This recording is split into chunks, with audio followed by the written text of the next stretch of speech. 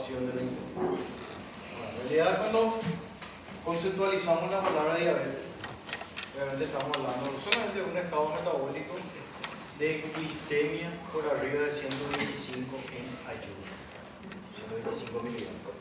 Es algo que tenemos que tener bien en cuenta. O sea que, para que hagamos el diagnóstico de diabetes mellitus, estamos hablando de valor mayor a 125 miligramos por decilitro en ayuno.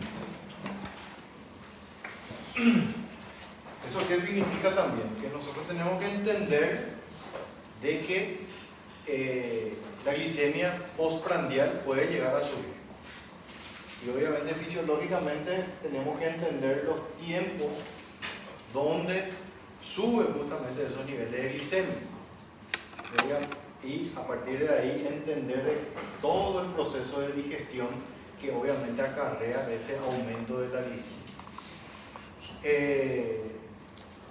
Antes de la ingesta, ¿a los cuántos tiempos se suele empezar a liberar ya la insulina? Desde quando você visualiza o alimento? Claro, ahí hay un dato bastante importante. La síntesis de insulina no empieza post-ingesta, sino que pre-ingesta. Inclusive podemos llegar a decir que la insulina es una de las hormonas encargadas de producirnos hambre. Seguramente alguna vez les pasó a los carnívoros, ¿verdad?, que estaban sin hambre, pasan la avenida, ¿cómo se llama esa que va a Puerto Iguazú? ¿Verdad? Y pasan ahí por Rafaín y ven el cartel ahí de un churrasco asándose. Obviamente, ¿qué ocurre? Empieza justamente el proceso de digestión, agua en la boca, una pequeña molestia estomacal que obviamente te va refiriendo que hay hambre. En ese momento empieza obviamente la síntesis de insulina. ¿Por qué es importante saber que la insulina también se sintetiza antes, o se libera en realidad, antes de la ingesta? Porque uno de los problemas que normalmente tiene el diabético es la polifagia. ¿Saben lo que es la polifagia? ¿Sí? El hambre excesivo. A partir de ahí, ¿por qué tendría un hambre excesivo un diabético? Si es que tiene suficiente cantidad de nutrientes.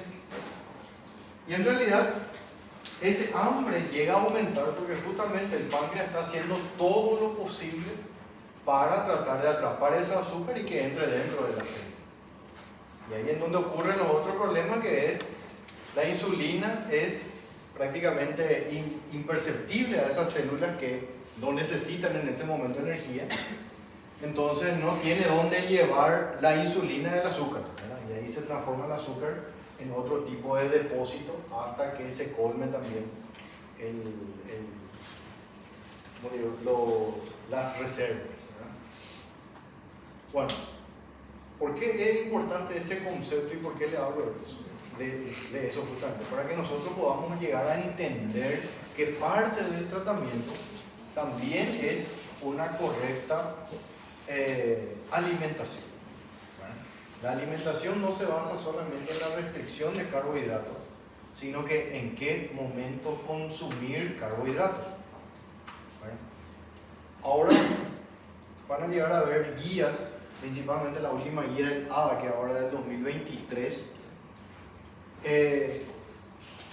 ya estandarizó prácticamente los niveles de glicemia para control prediabético. ¿Sí? Inclusive con eso se refiere a lo que es el control de la hemoglobina glicada. La hemoglobina glicada vamos a llegar a ver por protocolo internacional que se considera diabetes por arriba de 6.5. ¿Sí? Que después vamos a escribir bien todo lo que es eso en el pizarrón. Pero el ADA hace una excepción. ¿En quiénes? En países asiáticos, ¿verdad? Y en Latinoamérica. Y justamente una de las cosas que empecé a investigar era el por qué hacía esa excepción. Y obviamente a nosotros los latinos y a los asiáticos ya nos tomaba como un síndrome metabólico cuando nuestra hemoglobina glicada está por arriba de 5.5. ¿Por qué nosotros antes y ellos no antes? justamente es en base a la alimentación. Realmente los orientales comen mucho arroz, nosotros los latinos también comemos mucho arroz, pero la cantidad de carbohidratos principalmente que hay en nuestra dieta es mucho mayor de la que tiene cualquier otro país fuera de lo que es Latinoamérica. Comemos mucho pan, o sea, todo lo que es panificado y obviamente pasta y arroz, ¿verdad? Y eso incluyendo ya desde nuestro desayuno, ¿verdad? Bueno, y a partir de ahí justamente, ¿por qué sentimos esa necesidad de carbohidratos? ¿Por qué? ¿En qué momento nosotros como médicos deberíamos de actuar para también tratar de disminuir esa ansiedad del paciente diabético a través de los carbohidratos? Y vamos a llegar a evaluar cada uno de ese tiempo, de ese proceso que obviamente nosotros como médicos deberíamos de enseñar a nuestros pacientes y no solamente dejarle a cargo a la nutricionista. La nutricionista la mayoría de las veces solamente hace un esquema de alimentación, pero tampoco explica el porqué. ¿Y cuánto tiempo un diabético hace caso a la nutricionista? Mientras estaba asustado, no, ¿verdad? Ese susto termina en los 10 días y luego vuelve a todo a lo normal. Ya me curé de eso. Bueno, otra pregunta. ¿La diabetes es una enfermedad curable o no? No.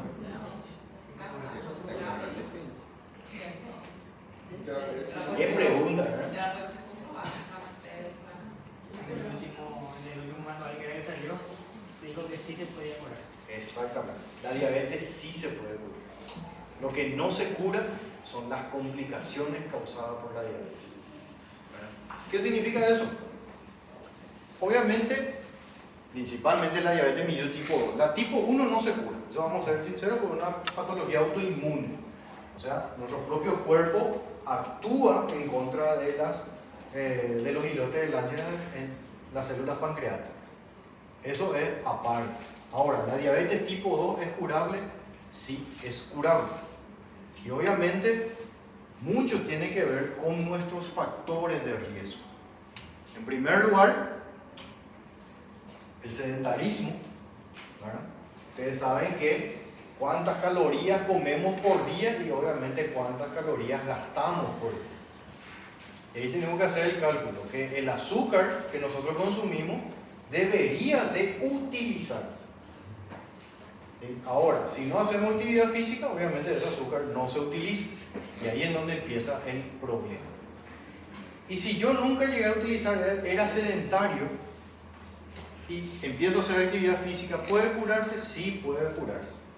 ¿Y cuándo se cambió ese concepto? Cuando se empezaron a evaluar los pacientes con cirugía bariátrica, por ejemplo, que eran diabetes, insulinos requirientes, y luego de la cirugía bariátrica cambiaron completamente su alimentación y inclusive no solamente bajaron su hemoglobina glicada, sino que dejaron de depender de cualquier tipo de medicamentos que disminuyen los niveles de azúcar. ¿Sí?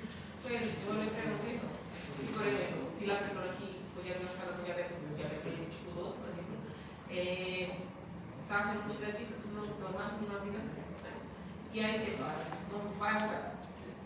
Obvio que sí, Por eso que yo casi pero una cosa es tendencia.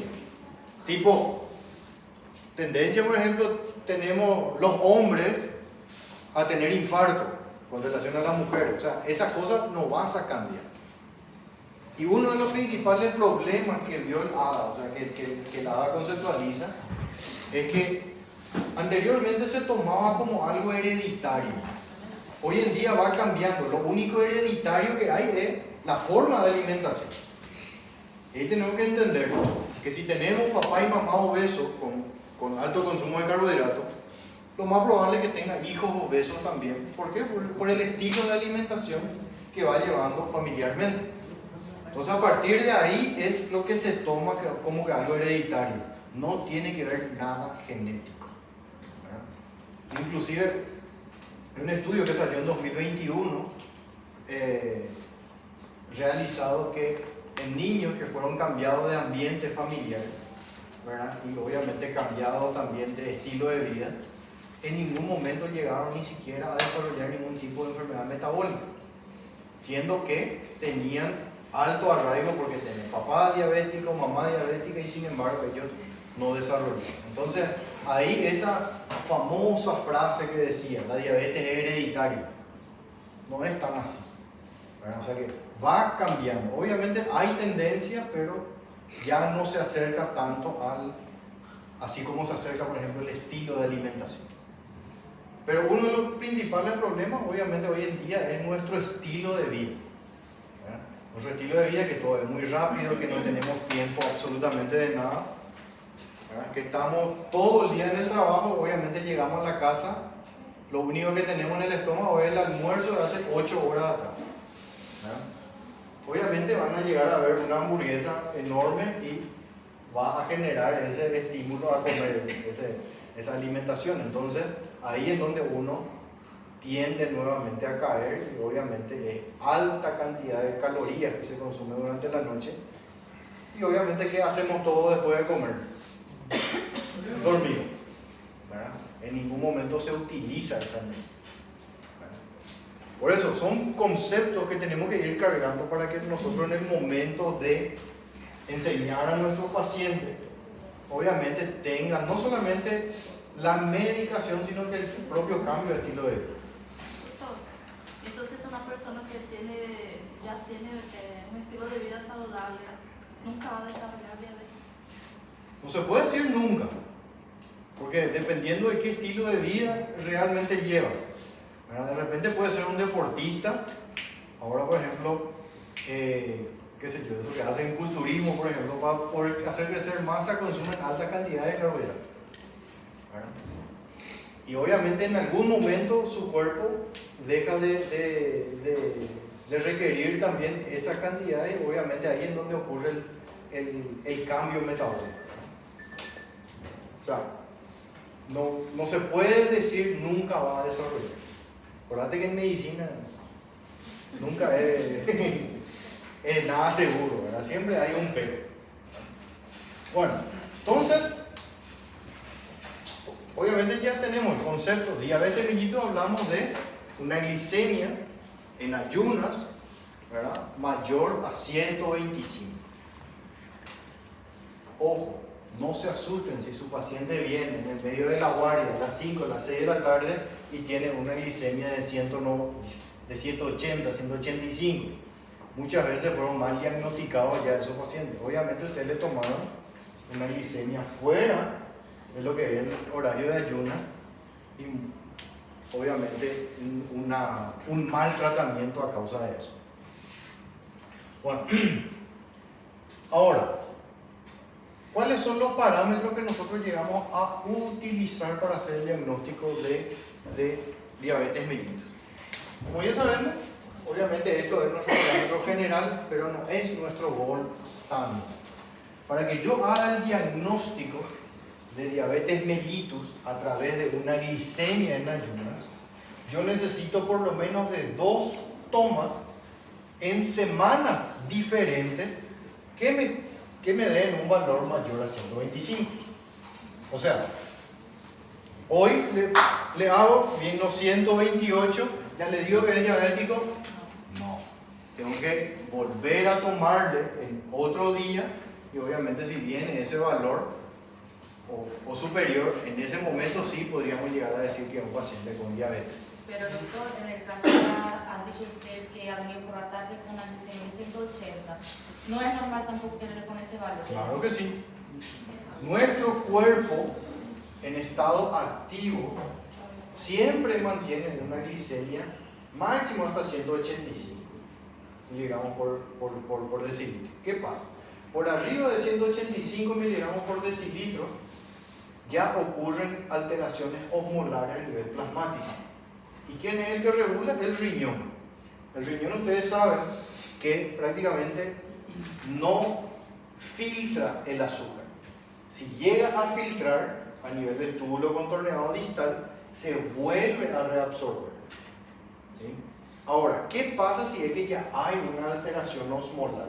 Esa reabsorción termina y obviamente se empieza a eliminar azúcar por la orina. Entonces, si es que viene Normalmente la literatura dice 185 miligramos por decilitro. Pero se llegó a nivel consenso mundial que una toma aislada, fuera de que sea ayuno, mayor a 200 ya se considera diabetes mellitus. ¿Sí? O sea que si viene mi paciente con 205, 210, en una sola toma, en cualquier tiempo, yo ya lo tomo como que es un paciente diabético. Uno, sus valores de glicemia obviamente superan la posibilidad de control osmolar, y en segundo lugar el riñón ya es incapaz de controlar, ¿verdad?, su secreción y absorción. ¿Sí? Ahora, nuestro gol estándar es la hemoglobina glicada, que sería hemoglobina A1C. ¿Sí? Este se considera diabetes mayor a 6,5%. ¿Sí? Prediabetes dice que es 5,8 a 6,4. ¿Sí? Eso son los valores que se consideran de prediabetes. Esto es lo que nosotros vamos a utilizar para el diagnóstico. La hemoglobina glicada no se necesita que el paciente esté en ayuno. O sea que yo le puedo hacer una toma en cualquier momento. Ahora, ¿cuál es el problema de la hemoglobina glicada? Que no le puedo volver a controlar en un mes. ¿Por qué no puedo volver a controlar en un mes?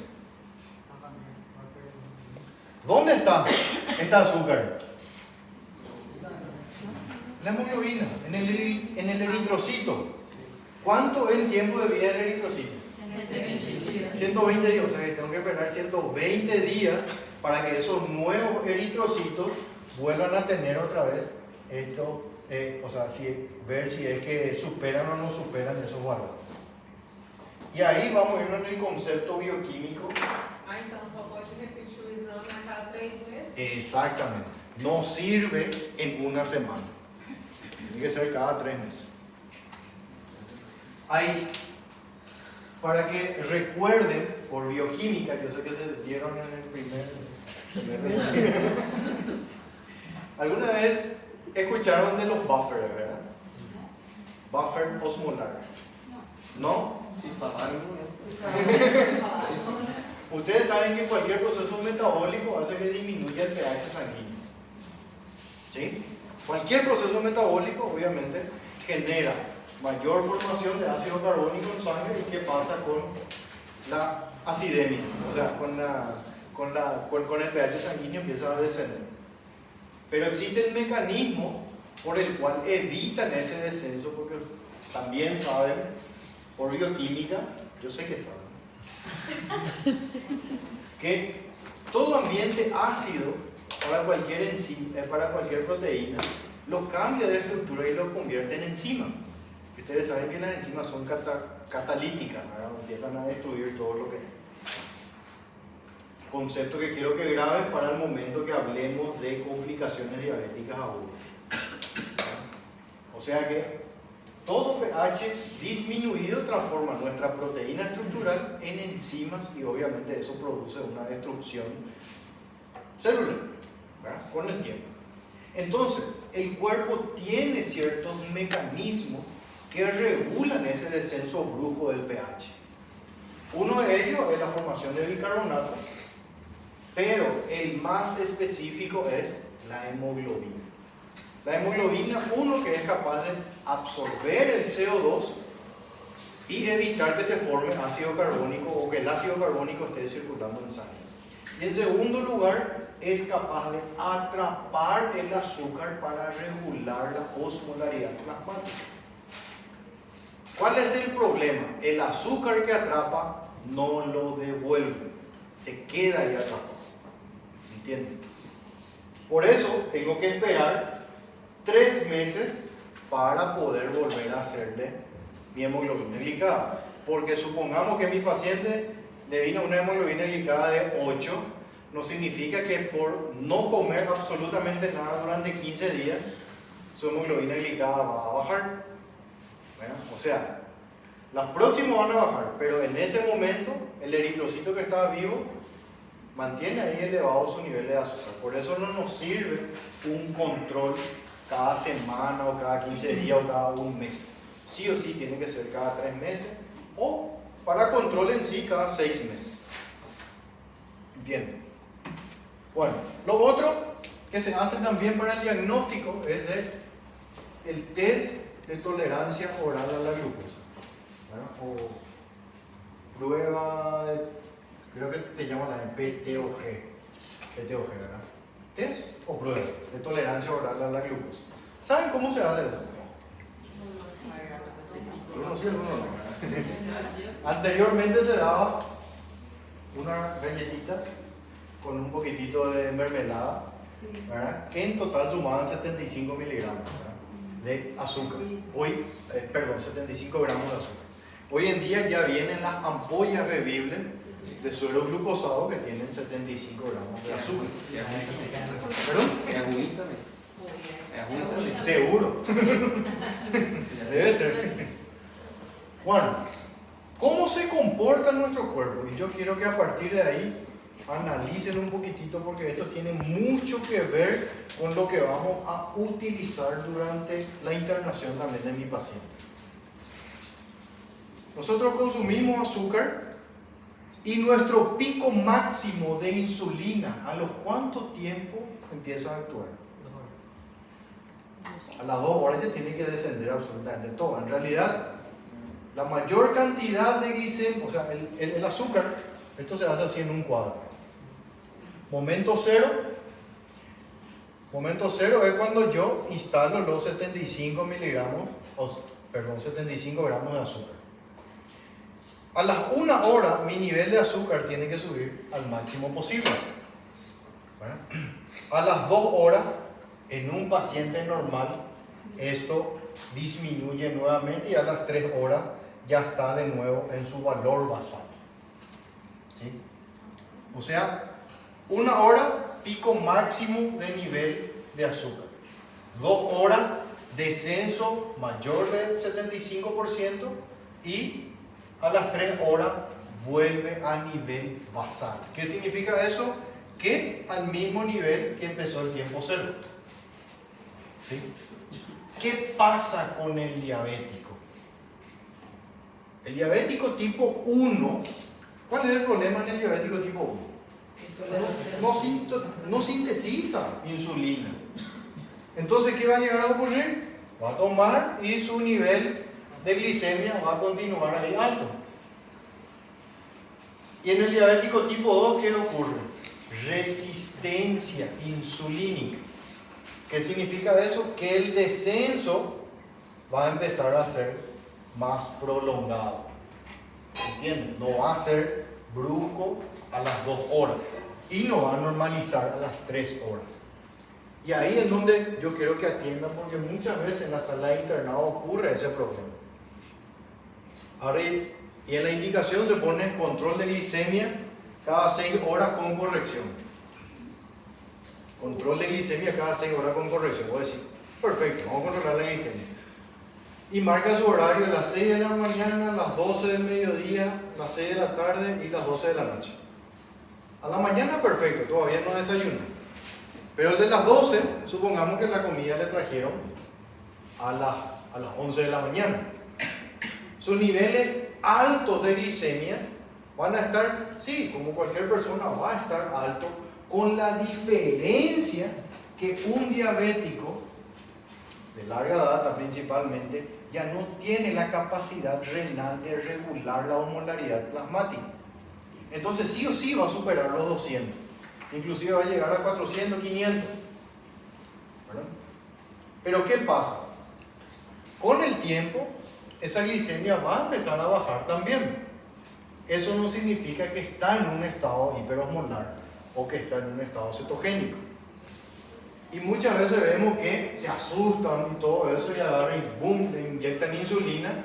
Después a las 3 horas mi paciente durmiendo, ahí me dice, está cansado, por eso está durmiendo. No, está hipoglicémico. Está hipoglicémico porque se asustaron con los 400 de glicemia, le hicieron la insulina y obviamente tuvo un descenso muy brusco. Entonces tengo que atender. Y en ese caso, ¿cómo sería, por ejemplo, mi control de glicemia? Sería antes del desayuno, perfecto, antes del almuerzo, antes de la merienda y antes de la cena. Porque se supone que el momento de comer por lo menos pasó 3 horas posterior a la última ingesta. Nadie desayuna a las 6 y almuerza a las 8, ¿verdad? O sea, obviamente hay un tiempo más prolongado en donde se supone que ya el nivel de azúcar está bajo. Ahora, diferente en un paciente en terapia intensiva, en donde está recibiendo una alimentación por vía enteral, por ejemplo, en un goteo continuo, que obviamente eso va a ser diferente. Ahí sí se puede hacer cada 6 horas. Pero en un paciente en sala de internado, o ustedes mismos, si le dicen, por ejemplo, a su paciente, trata de controlarte tu azúcar, tienen que explicarle bien en qué momento tomarse el azúcar.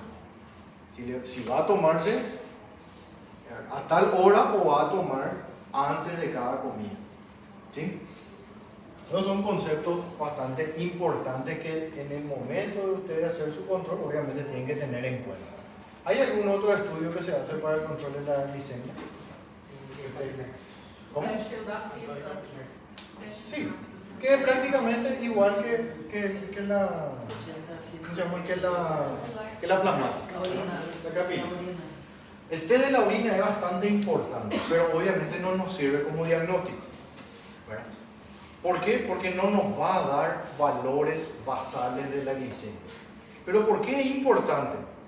Porque un test de orina con presencia de azúcar en la orina ya me está diciendo a mí que mi riñón no está pudiendo reabsorber, porque obviamente hay un cambio ya osmolar en la sangre. O sea que mi paciente lo más probable es que empiece a desarrollar la diabetes. ¿Entienden?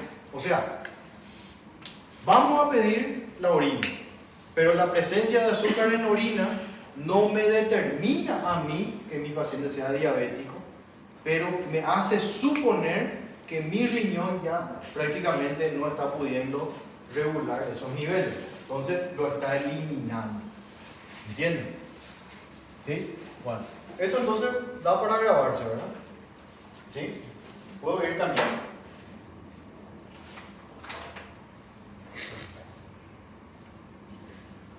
¿Cuántos tipos de diabetes conocen?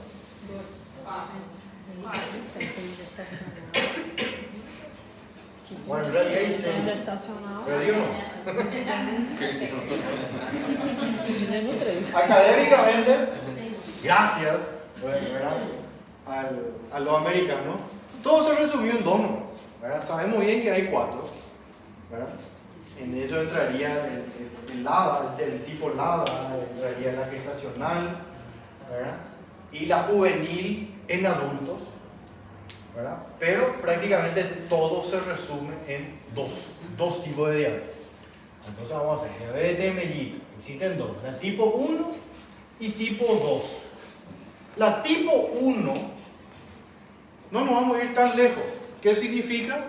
Que existe disminución o anulación en la síntesis de insulina. ¿Dónde está el problema? Islotes de Langerhans.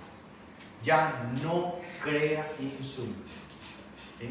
Anteriormente llamado diabetes juvenil, ¿verdad? Luego diabetes autoinmune, recibió varios nombres, ¿verdad? Ahora sí, lo que nos tienen que confundir, porque no tiene nada que ver con la diabetes, es la diabetes insípida. ¿Si alguna vez ya escucharon? La diabetes insípida. La diabetes insípida en realidad no es una diabetes, es un problema prácticamente de la neurohipófisis que produce una secreción inadecuada de la hormona ADH, ¿sí?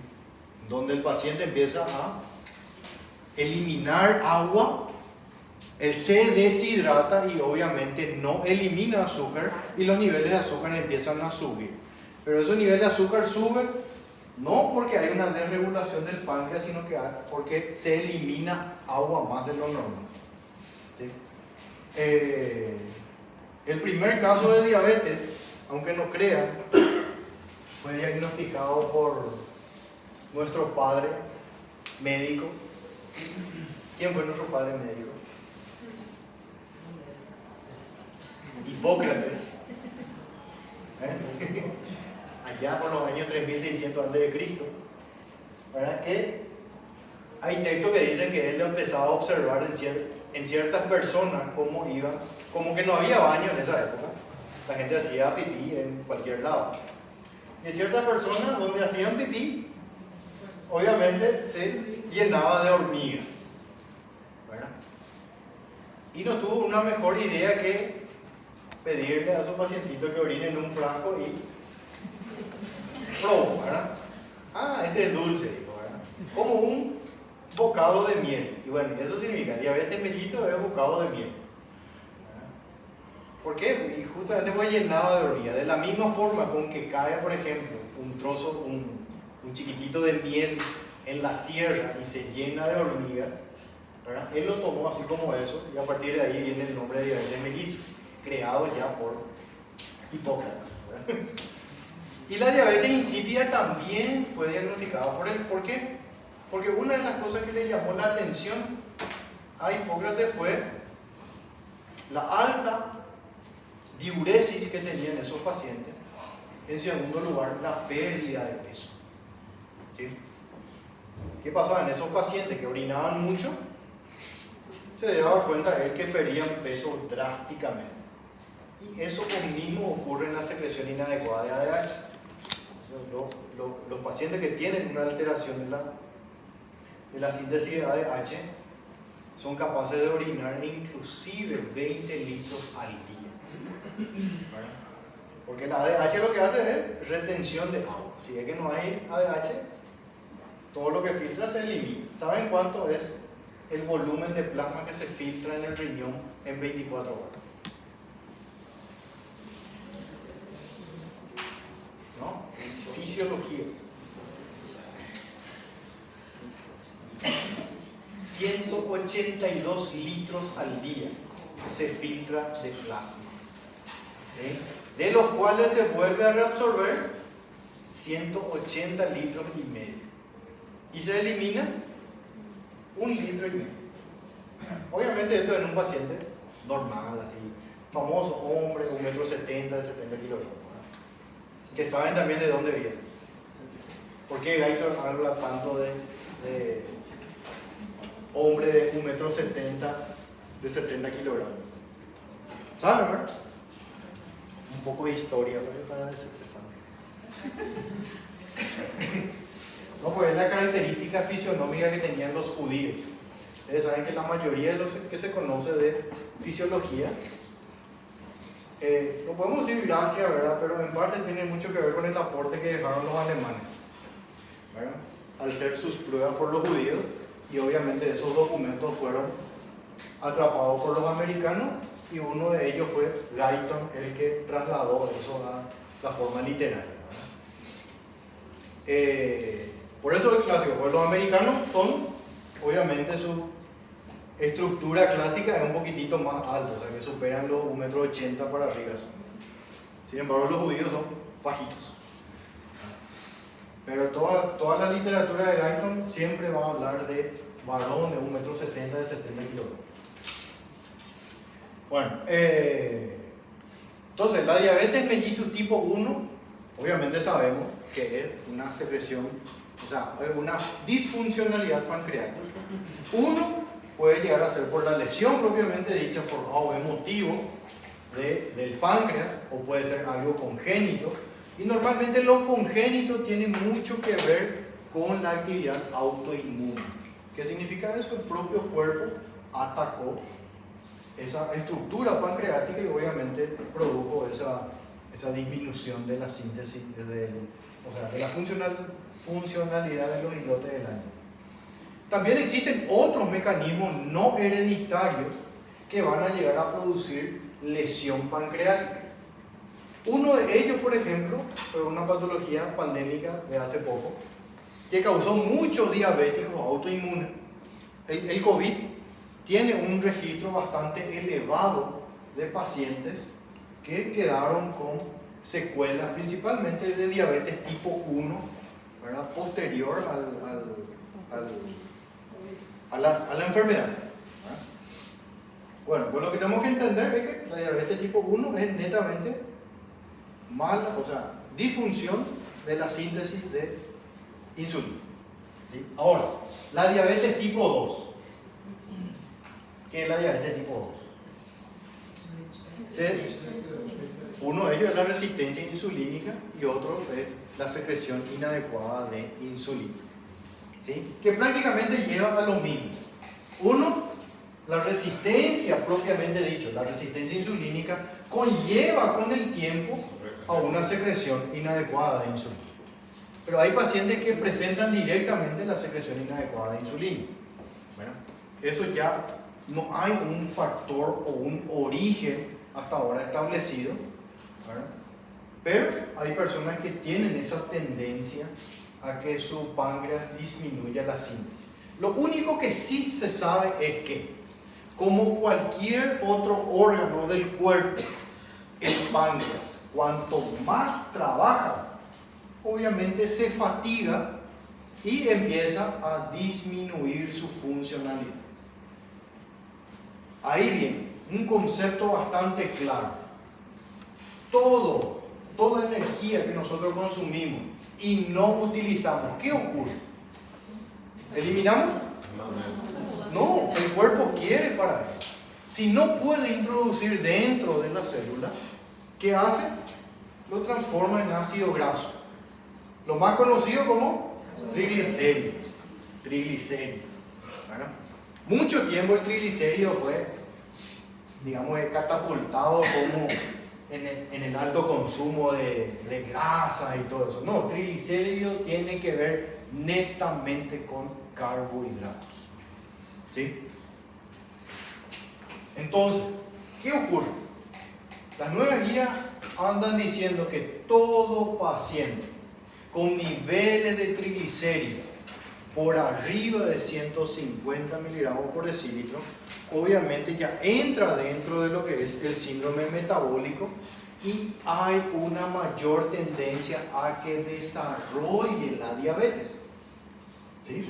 Esos pacientes con hipertrigliceridemia, lo más probable es que en 5 a 10 años vayan a desarrollar la enfermedad de diabetes. ¿Verdad? Justamente porque tienen que evidenciar su glicemia 80, pero su triglicérido 400. ¿Qué significa eso? Que ya no hay sitio donde meter el azúcar, entonces lo transformó en ácido graso para poder guardarlo como depósito. ¿Entienden? Otra de las cosas, la obesidad. La obesidad está muy asociada, obviamente, a lo que es la diabetes. ¿Pero por qué?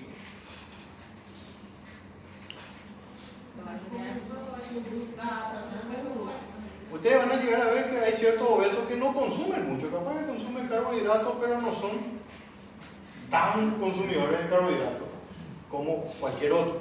El problema es el sedentarismo. ¿Sí? Sedentarismo aumenta el estrés. Claro. Si mi músculo no trabaja, no pide azúcar. Si mi músculo trabaja, obviamente va a pedir azúcar y esos niveles de energía van a empezar esos niveles de grasa van a empezar a bajar. ¿Sí? Es otra de las cosas que tenemos que tener bastante en cuenta también, de en qué momento es ideal para hacer ejercicio. ¿Verdad? Porque muchas veces pensamos que hacer ejercicio lo ideal es hacer durante la tarde, ¿verdad? Cuando ya tenemos azúcar por todos lados, ya consumimos una vaca entera. Pero mi cuerpo, obviamente, lo único que hace es tratar de absorber la mayor cantidad de carbohidratos y guardarlo como energía. O sea que nunca se baja la panza cuando se hace ejercicio a la tarde. ¿Sí? Ahora, un tiempo estuvo muy de moda, y creo que hasta ahora luego, mantener el cuerpo en el estado cetógeno. Seguramente ya escucharon alguna vez. ¿Sí? ¿Qué significa eso? Dejarle al cuerpo que transforme en grasa. ¿Verdad? Está bien, que transforme en grasa. Pero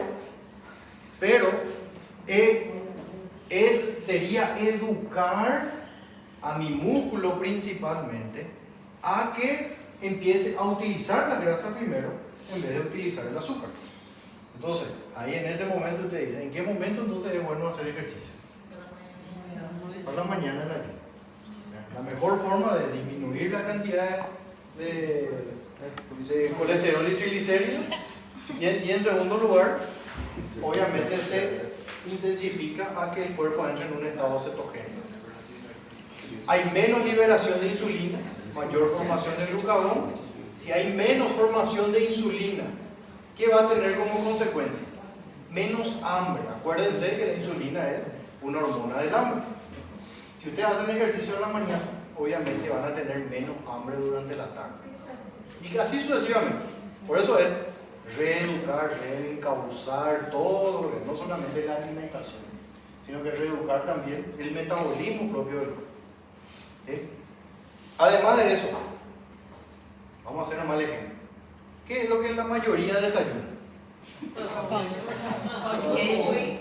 O sea, la cantidad de carbohidratos que hay en el desayuno siempre es increíble.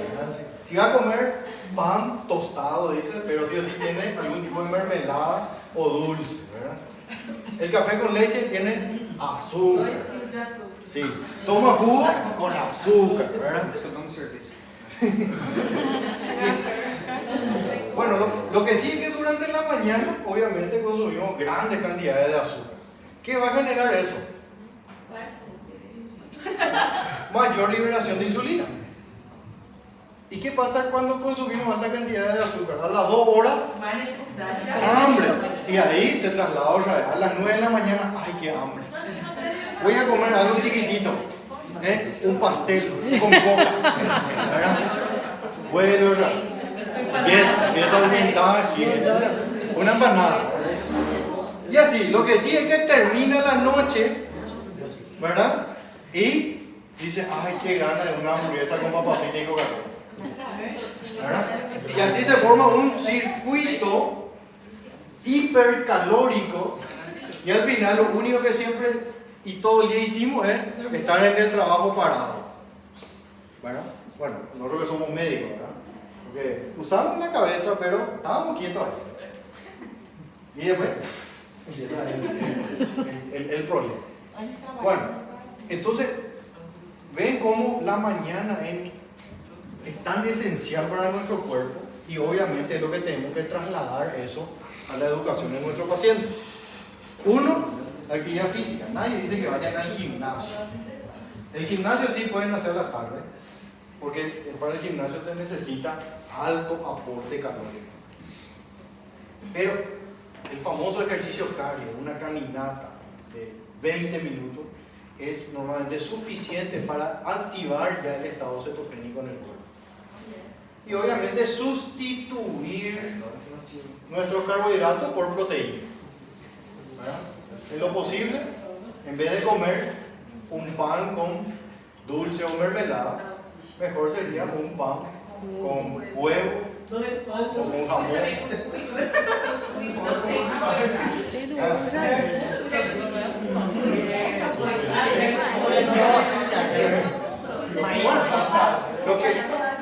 Lo máximo que puede hacer